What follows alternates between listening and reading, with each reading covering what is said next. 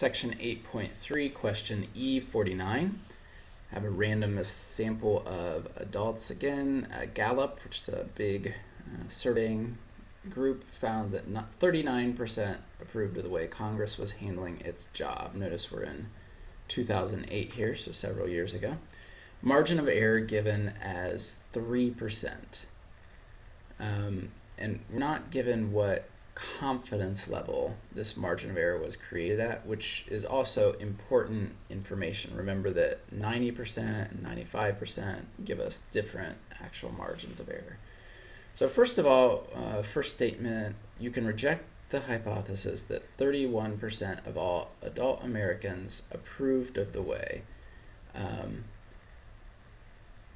In other words, if this was your null hypothesis and we have a margin of error of 3%, typically this is created at a 95% confidence level, so we're going to go ahead and assume that that margin of error is 3%. So they're saying the true population percent should be between 36 and 42%. So 31% would be outside of that range. So we would be able to reject that hypothesis. So that is a true statement. B, you cannot reject the hypothesis that 80% of all Americans would not have said that they approved of the way Congress was handling its job. So a little bit twisted here. So if there was instead a null hypothesis that 80% would not have said, so 20% of all Americans would have said they approved of the way Congress was handling its jobs. You cannot reject it. That's false, because you certainly could reject that, the 20%. If 39% with a margin of error is 3, we're thinking that the true population is between 36 and 42. So saying 20% of Americans approving of the way Congress is handling it is not a reasonable estimate. So we would,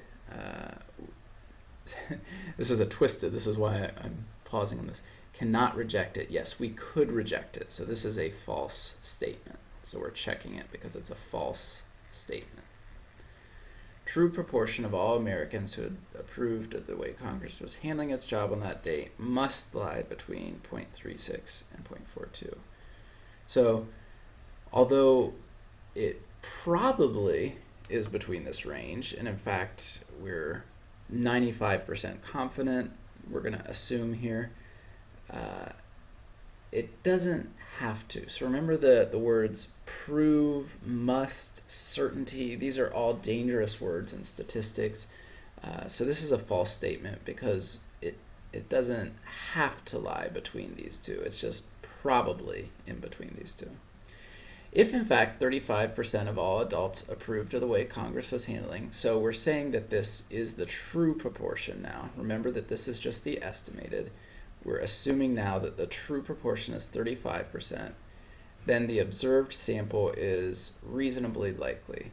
No, it's not, because we're outside of that margin of error again.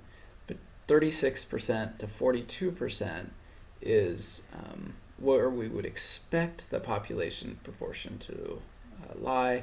So if we're getting 35%, we're outside of that range. Now granted, we're not outside of that range by very much, so it's not that crazy to get a 35% true population if this is our sample, but it certainly is outside of the criteria that we're setting with the margin of error. So to say it's reasonably likely is a false statement.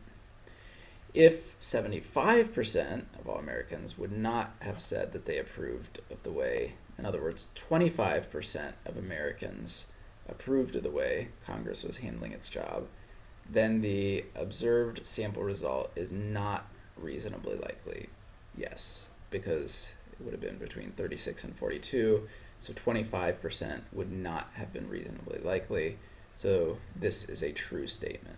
And again, keep in mind that we're checking the false statements in this particular question. Now this does get randomized, so be sure you don't just memorize which ones are checked, because this may say which one is a true statement later on when you see the question.